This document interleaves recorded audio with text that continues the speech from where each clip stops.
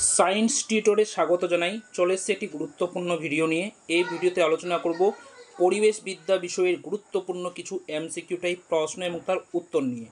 দেখো, এখানে যে পরিবেশবিদ্যা বিষয়টা পড়ানো হবে সেটা SLST 2-কে টার্গেট করে। এর আগে SLST 1 এবং মাদ্রাসা সার্ভিস কমিশনের যে পরিবেশবিদ্যা বিষয় পরীক্ষা হয়েছিল তার ক্লাসগুলো করানো হয়েছিল। তোমরা যদি না দেখে থাকো তাহলে প্লেলিস্টের লিঙ্কটা আমি দিয়ে দিব ডেসক্রিপশন বক্সে, সেখান থেকে দেখে নিতে পারো। পরপর 13টা ভিডিও পোস্ট করেছিলাম, পাশাপাশি প্রতিটা মডিউল ধরে অর্থাৎ মডিউল 1 থেকে শুরু করে মডিউল 10 পর্যন্ত 10টা ভিডিও পোস্ট করা হয়েছিল। সেইগুলো যদি না দেখে থাকো অবশ্যই দেখে নিবে। পাশাপাশি আরেকটা জিনিস তোমাদেরকে জানিয়ে রাখি যে ক্লাস 11-12 এর যে পরিবেশবিদ্যা বিষয়ের ক্লাসগুলো এই চ্যানেলে করানো হচ্ছে, প্রতিটা ভিডিও ভালো করে দেখলে প্রত্যেকে তোমরা কিন্তু উপকৃত হবে। আজকে শুরু করছি পরিবেশবিদ্যা বিষয়ের 13 নম্বর পার্টের ভিডিও নিয়ে। তো দেখো, প্রথম যে প্রশ্নটা আছে কি, সিএফসির উৎস হলো। দেখো, এখানে 4টা অপশান রেখেছি এবং প্রতিটা অপশান কিন্তু উত্তরগুলো কিন্তু ব্যাখ্যা করে দিয়েছি। দেখো, সিএফসির উৎস হলো এরোসেল প্রপালেন্ট, বি হচ্ছে রেফ্রিজারেটর, সি প্লাস্টিক কারখানা, ডি সবগুলো। তো সবগুলোই হচ্ছে সিএফসির উৎস অর্থাৎ ক্লোরোফ্লোরোকার্বনের উৎস এগুলোই। অর্থাৎ এখানে যে তিনটা এ বি সি প্রত্যেকটা কিন্তু সঠিক। তো এখানে দেখো, সিএফসি সম্পর্কে একটু আলোচনা করে দিয়েছি। সিএফসি গ্যাস বলতে কার্বন গ্যাসকে বোঝায়। এটি কার্বন, ক্লোরিন এবং ফ্লোরিন পরমাণু দিয়ে গঠিত একটি কৃত্রিম রাসায়নিক যৌগ। 1987 সালে স্বাক্ষরিত মন্ট্রিল প্রটোকলের নামক একটি আন্তর্জাতিক চুক্তি ওজোন স্তর ক্ষয়কারী পদার্থ, যার মধ্যে সিএফসিএস অন্তর্ভুক্ত, সেগুলোর উপাদান ও ব্যবহার পর্যায়ক্রমে বন্ধ করার লক্ষ্য নির্ধারণ করে। তো এই জিনিসটা আমি তোমাদের সামনে তুলে ধরলাম। আশা করি বিষয়টা বুঝতে পেরেছো। সিএফসি গ্যাস যেটা হচ্ছে ক্লোরিন, আর এটা কার্বন, এটা ক্লোরিন আর ফ্লোরিন, এই তিনটা গ্যাসের পরমাণু নিয়ে গঠিত। 1987 সালে মন্ট্রিল প্রোটোকল স্বাক্ষরিত হয় এই সিএফসি গ্যাস ব্যবহার কমানোর জন্য। তো এখান থেকে এই যে বিষয়গুলো আলোচনা করা হলো, সিএফসির পুরো নাম কি জানা গেল, তাছাড়া সিএফসি কী কী পরমাণু দ্বারা গঠিত সেটাও জানা গেল। পাশাপাশি 1987 সালে মন্ট্রিল চুক্তি স্বাক্ষরিত হয় সেটা সম্পর্কে জানা গেল। এই যে বিষয়গুলো তুলে ধরলাম, প্রতিটা বিষয় কিন্তু ভালো করে মনে রাখতে হবে। ওকে, নেক্সট প্রশ্ন দেখো কি আছে। অপিক্য আন্দোলন হয় পশ্চিমবঙ্গের আরাবাড়িতে, B number Orissa, C Karnataka, D হচ্ছে গিয়ে উত্তরাখণ্ডের গড়ওয়াল নিয়ে। উত্তর হচ্ছে গিয়ে সি নাম্বারটা অর্থাৎ কর্ণাটকে অপিক্য আন্দোলন হয়েছিল। এবার অপিক্য আন্দোলন সম্পর্কে একটু ডিটেলস জানিয়ে দিই। অপিক্য আন্দোলন ছিল ভারতের একটি গুরুত্বপূর্ণ পরিবেশ আন্দোলন, যা 1983 সালের সেপ্টেম্বর মাসে কর্ণাটক রাজ্যের উত্তর কন্নড় জেলার কালাসে ফরেস্ট থেকে শুরু হয়। এই আন্দোলনটি চিপকো আন্দোলনের দ্বারা অনুপ্রাণিত ছিল, যা 1970 দশকে হিমালয়, উত্তরাখণ্ডের তৎকালীন উত্তরপ্রদেশে গাছ কাটার বিরুদ্ধে হয়েছিল। এক কথায় যদি বলা যায় যে চিপকো আন্দোলনের আদলে এই আন্দোলন কিন্তু হয়েছিল। অর্থাৎ চিপকো কথার অর্থ আমরা প্রত্যেককে জানি যে জড়িয়ে ধরা, অর্থাৎ গাছ কাটার বিরুদ্ধে এই আন্দোলন হয়েছিল। চিপকো আন্দোলনের ঠিক পরে অর্থাৎ প্রায় 10-11 বছর পরে এই আন্দোলন শুরু হয় কোথায়, কর্ণাটকে। তো এই প্রসঙ্গে জেনে রাখতে হবে যে অপিক্য আন্দোলন কোথায় হয়েছিল, কত সালে হয়েছিল, এগুলো সমস্ত কিছু এখানে আমি তুলে ধরেছি। প্রত্যেকটা জিনিস মনে রাখতে হবে। ওকে, এরপর নেক্সট প্রশ্ন দেখো। এরপরে যে প্রশ্নগুলো নিয়ে আলোচনা করব, প্রতিটা প্রশ্নই কিন্তু গুরুত্বপূর্ণ প্রশ্ন। পরের ভিডিওগুলো আরও আমি তোমাদের জন্য ভিডিও নিয়ে আসবো, সেগুলো তোমাদেরকে ভালো করে দেখতে হবে। পাশাপাশি তোমাদেরকে জানিয়ে রাখবো, এর আগে যে ভিডিওগুলো পোস্ট করা হয়েছে প্রতিটা ভিডিওই কিন্তু ভালো করে তোমাদেরকে দেখতে হবে। তাহলে কমপ্লিটলি এই সাবজেক্ট অর্থাৎ পরিবেশবিদ্যা সম্পর্কে অনেকটাই কিন্তু ধারণা তৈরি হয়ে যাবে। আর এখানে যে প্রশ্নগুলো রাখা হয়েছে প্রতিটা প্রশ্নই কিন্তু গুরুত্বপূর্ণ প্রশ্ন। এই বিগত SLST অর্থাৎ যে মাদ্রাসা সার্ভিস কমিশন পরীক্ষা হয়েছিল সেখানে কিন্তু প্রচুর প্রশ্ন কমন এসেছিল। অনেকেই কমেন্ট করে জানিয়েছিল স্যার এটা অমুক কমন যে পরীক্ষায় এসেছে, অনেকেই কিন্তু কমেন্ট করেছিল। যাই হোক, পরীক্ষায় অনেকগুলো প্রশ্ন কমন এসেছিলো, সেটা সম্পর্কে অনেকেই জানিয়েছিল, তার জন্য প্রত্যেকে আমি ধন্যবাদ জানাই। তো যাই হোক, আজকে যে আমাদেরকে এখন নতুন করে SLST 2 এর জন্য প্রিপারেশান নিতে হবে, তাই তোমাদেরকে বলবো এখানে যে প্রশ্নগুলো নিয়ে আসছি বা যেগুলো ক্লাস নিয়ে আসবো পরবর্তীতে, সেগুলো কিন্তু প্রতিটা ভালো করে তোমাদেরকে দেখতে হবে। ওকে, তো দেখো নেক্সট কী আছে, সাইলেন্ট ভ্যালি কোথায় অবস্থিত? দেখো উত্তরটা অপশনগুলো দেওয়া আছে মধ্যপ্রদেশ, কেরালা, মণিপুর, পাঞ্জাব। তো সঠিক উত্তর হচ্ছে কেরালা। কেরালা রাজ্যে সাইলেন্ট ভ্যালি অবস্থিত। এবার সাইলেন্ট ভ্যালি সম্পর্কে একটু আলোচনা করে দিই। সাইলেন্ট ভ্যালি যা নীরব উপত্যকা নামে পরিচিত, ভারতের কেরালার অর্থাৎ কেরালা রাজ্যের পালাক্কাদ জেলায় অবস্থিত একটি অত্যন্ত গুরুত্বপূর্ণ এবং জীববৈচিত্র্যপূর্ণ জাতীয় উদ্যান। এটি পশ্চিমঘাট পর্বতমালার অংশ এবং নীলগিরি জীবমণ্ডল সংরক্ষণে অর্থাৎ নীলগিরি বায়োস্ফিয়ার রিজার্ভ কেন্দ্রে অবস্থিত।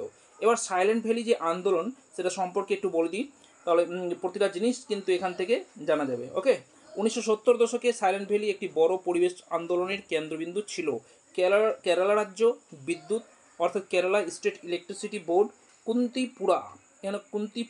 কুন্তিপুজা নদীর উপর একটি জলবিদ্যুৎ প্রকল্প তৈরির পরিকল্পনা করেছিল, যা এই অঞ্চলের বিশাল বনভূমি এবং জীববৈচিত্র্যকে ধ্বংসের মুখে ঠেলে দিত।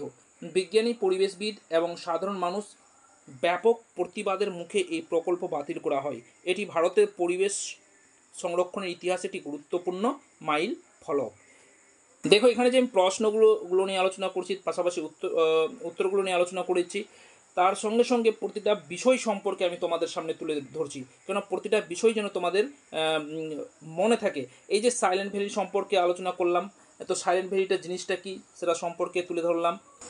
আশা করি তোমরা এই যে বিষয়গুলো তুলে ধরছি প্রত্যেকেই কিন্তু উপকৃত হবে। ওকে, নেক্সট কি প্রশ্ন আছে দেখে নাও। পরিবেশ সুরক্ষার জন্য একজন সুবুদ্ধি সম্পন্ন শিক্ষিত মানুষের কী করা উচিত? দেখো এখানে অপশান দেওয়া আছে, চিরাচরিত শক্তির ব্যবহার বাড়ানো, বি বৃক্ষরোপণ করা, সি বাল্যবিবাহ চালু করা, ডি জনসংখ্যা বাড়ানো।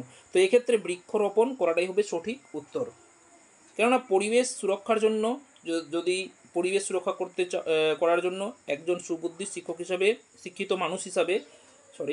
মানুষ হিসাবে বৃক্ষরোপণ করাটাই হচ্ছে সর্বশ্রেষ্ঠ একটা উপায়, বা এক কথায় বৃক্ষরোপণ করলে পরিবেশ সবচেয়ে বেশি পরিবেশ সুরক্ষা করা যায়।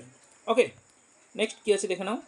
নিম্নলিখিত কোনটি পরিবেশ অবক্ষয়ের কারণ হিসাবে চিহ্নিত হয়েছে? দেখো এখানে চারটা অপশান কী আছে, উদ্ভিদ ও বন্যপ্রাণী সংরক্ষণ, বি শিক্ষা ও স্বাস্থ্যের উন্নয়ন, সি জনসংখ্যা বৃদ্ধি, ডি হচ্ছে উপরের সবগুলি। তো সঠিক উত্তরে জনসংখ্যা বৃদ্ধি পরিবেশ অবক্ষয়ের কারণ হিসেবে চিহ্নিত হয়েছে কি জনসংখ্যা বৃদ্ধি। কেননা জনসংখ্যা বৃদ্ধি পেলে কি হয়, পরিবেশের উপর মানে কী বলবো, পরিবেশের ধারণ ক্ষমতা বেড়ে যায়, পাশাপাশি দূষণের মাত্রা বেড়ে যায়। তো এই সমস্ত কারণে পরিবেশ অবক্ষয় কিন্তু হতে শুরু করে যায়, তাই সি নাম্বার উত্তরটা হচ্ছে গিয়ে সঠিক। নেক্সট প্রশ্ন কিসে দেখে নাও। নিম্নলিখিত কোনগুলি গ্রিনহাউস গ্যাস? তো গ্রিনহাউস গ্যাস দেখো অপশান দেওয়া আছে neon, argon, B carbon dioxide, methane, chlorofluorocarbon, আর সি হচ্ছে অক্সিজেন, তারপরে হচ্ছে কি ডি সবগুলি। তো এখানে সঠিক উত্তরটা হচ্ছে কি বি কার্বন ডাইঅক্সাইড কিন্তু গ্রিনহাউস গ্যাস, তারপরে মিথেনও কিন্তু গ্রিনহাউস গ্যাস, ক্লোরোফ্লোরোকার্বন সম্পর্কে একটু আগেই আলোচনা করে দিলাম, সেটাও কিন্তু গ্রিনহাউস গ্যাস। নেক্সট প্রশ্ন কি যে মানুষের প্রথম কোন অঞ্চলে কৃষিকাজ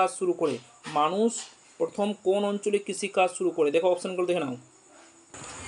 অরণ্য অঞ্চলে, মরু অঞ্চলে, নদীর অববাহিকা অঞ্চলে, ডি পাহাড়ি অঞ্চলে। সঠিক উত্তরটা হচ্ছে নদীর অববাহিকা অঞ্চলে, এটাই হবে সঠিক উত্তর। নেক্সট প্রশ্ন কি আছে, জীববৈচিত্র্যকে রক্ষা করার জন্য কোন সংরক্ষণ ব্যবস্থা করা যেতে পারে? দেখো জীববৈচিত্র্যের কথা বলা হয়েছে এখানে, বিষয়টা বুঝতে হবে। তো কি ex situ, in situ, C number option যে এ বি উভয়, ডি বলেছে কোনোটি নয়। তো সঠিক উত্তরে সি নাম্বার এ বি উভয়, অর্থাৎ জীববৈচিত্র্যকে সংরক্ষণের জন্য এক্সিটু সংরক্ষণ দরকার আর একটা ইনসিটু সংরক্ষণ দরকার, অর্থাৎ দুটাই সংরক্ষণ দরকার, তাই C is the right answer. Okay, এখানে এক্সিটু এবং ইনসিটু সংরক্ষণ সম্পর্কে জেনে রাখতে হবে। কি এক্সিটু সংরক্ষণ বা এক্সিটু কনজারভেশন হলো এক ধরনের সংরক্ষণ পদ্ধতি যেখানে কোনো বিপন্ন প্রজাতির উদ্ভিদ বা প্রাণীকে তাদের প্রাকৃতিক বাসস্থানের বাইরে এনে আধা কৃত্রিম পরিবেশ সংরক্ষণ ও প্রয়োজনীয় ব্যবস্থা করা হয়। এক্সিটু শব্দের আক্ষরিক অর্থ হলো অবস্থানের বাইরে বা অফ সাইট, অর্থাৎ কোনো একটা জীবকে বা কোনো একটা উদ্ভিদ বা জীব প্রজাতিকে নিজ বাসস্থান থেকে অন্য কোথাও গিয়ে সংরক্ষণ করার যে ব্যবস্থা বা পদ্ধতি তাকে এক্সিটু সংরক্ষণ বলে। যেরকম চিড়িয়াখানা, ক্রায়ো সংরক্ষণ, জিন ব্যাংক, এগুলো সব হচ্ছে কি উদাহরণ। এরপর আছে ইনসিটু, দেখে নাও কি আছে। ইনসিটু কনজারভেশন হলো জীববৈচিত্র্য সংরক্ষণ একটি গুরুত্বপূর্ণ পদ্ধতি যেখানে কোনো বিপন্ন প্রজাতির উদ্ভিদ বা প্রাণীকে প্রাকৃতিক আবাসস্থলের মধ্যেই রক্ষা করা হয় বা সংরক্ষণ করা হয়। ওকে, এই ইনসিটু শব্দের আক্ষরিক শব্দ হলো অবস্থান বা অন সাইট। তো এই যে ইনসিটু সংরক্ষণে কী হয়, নিজ পরিবেশে বা যেখানে উদ্ভিদ বা প্রজাতিকে তার আবাসস্থলেই কিন্তু সংরক্ষণ করা হয়ে থাকে, যেরকম অভয়ারণ্য, সংরক্ষিত বনাঞ্চল ইত্যাদি ইত্যাদি। ওকে, নেক্সট প্রশ্ন কী আছে, কৃষিকাজের সঙ্গে যুক্ত। দেখো এখানে উল্লেখ করা হয়েছে কৃষিকাজের সঙ্গে যুক্ত সবুজ বিপ্লব, নীল বিপ্লব, সোনালী বিপ্লব, ধূসর বিপ্লব। সঠিক উত্তরটা দেখে নাও কী হবে, সবুজ বিপ্লব। সবুজ বিপ্লব কিন্তু কৃষিকাজের সঙ্গে যুক্ত, বা গ্রিন রেভলিউশন যেটা কৃষিকাজের সঙ্গে যুক্ত। তো সবুজ বিপ্লব সম্পর্কে একটু জেনে রাখতে হবে, দেখে নাও আমি আলোচনা করে দিয়েছি। সবুজ বিপ্লব বলতে বিংশ শতাব্দীর মাঝামাঝি সময়কালে, বিশেষ করে 1960 দশক থেকে শুরু করে কৃষি উৎপাদনে যে ব্যাপক বৃদ্ধি ঘটেছিল তাকে বোঝায়। এই বিপ্লব প্রধানত উচ্চ ফলনশীল বীজের হাই ইয়েল্ডিং ভ্যারাইটিজ অর্থাৎ HYV ব্যবহার করে উন্নত সেচ ব্যবস্থা, রাসায়নিক সার, কীটনাশকের প্রয়োগ এবং আধুনিক কৃষি প্রযুক্তি যেমন ট্রাক্টর, অন্যান্য যন্ত্রপাতি প্রসারের মাধ্যমে সম্ভব হয়েছিল। এর মূল লক্ষ্য ছিল উন্নয়নশীল দেশগুলোতে খাদ্যের অভাব দূর করে খাদ্য স্বয়ংসম্পূর্ণতা অর্জন করা। দেখো ভারতের সবুজ বিপ্লব শুরু হয় 1960 দশকের মাঝামাঝি, সাধারণত 1966 থেকে 67 সাল থেকে। এটি খাদ্য উৎপাদনের একটি যুগান্তকারী পরিবর্তন আনে। ভারতের কৃষিবিজ্ঞানী MS স্বামীনাথনকে ভারতের সবুজ বিপ্লবের জনক বলা হয়। মোস্ট ইম্পর্ট্যান্ট, MS স্বামীনাথনকে ভারতের সবুজ বিপ্লবের জনক বলা হয়, যদিও এর বিশ্বব্যাপী ধারণাটি প্রবর্তন করেন আমেরিকান কৃষিবিজ্ঞানী নরম্যান বরলাগ।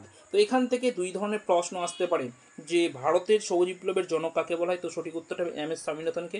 বা যদি জিজ্ঞাসা করে সবুজ বিপ্লবের জনক কে, তাহলে এখানে নরম্যান বরলাগ, আর যদি MS স্বামীনাথন অপশান থাকে তাহলে প্রথম কিন্তু প্রেফার করতে হবে নরম্যান বরলাগকে। ওকে, তো কৃষি বিপ্লব বা গ্রিন রেভলিউশন যে ভারতে যে হয়েছিল সালটা অবশ্যই মনে রাখতে হবে, সেটা 1966 থেকে 67 সাল। ওকে, আশা করি তোমরা বিষয়টা বুঝতে পেরেছো।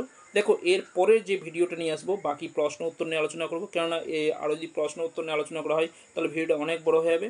ওকে, বাকি প্রশ্ন উত্তর পরের ভিডিওতে আলোচনা করে দেবো। তো তোমরা এই ভিডিওতে যে প্রশ্ন উত্তরগুলো রাখা হয়েছে প্রতিটা প্রশ্ন উত্তর ভালো করে মনে রাখার চেষ্টা করো।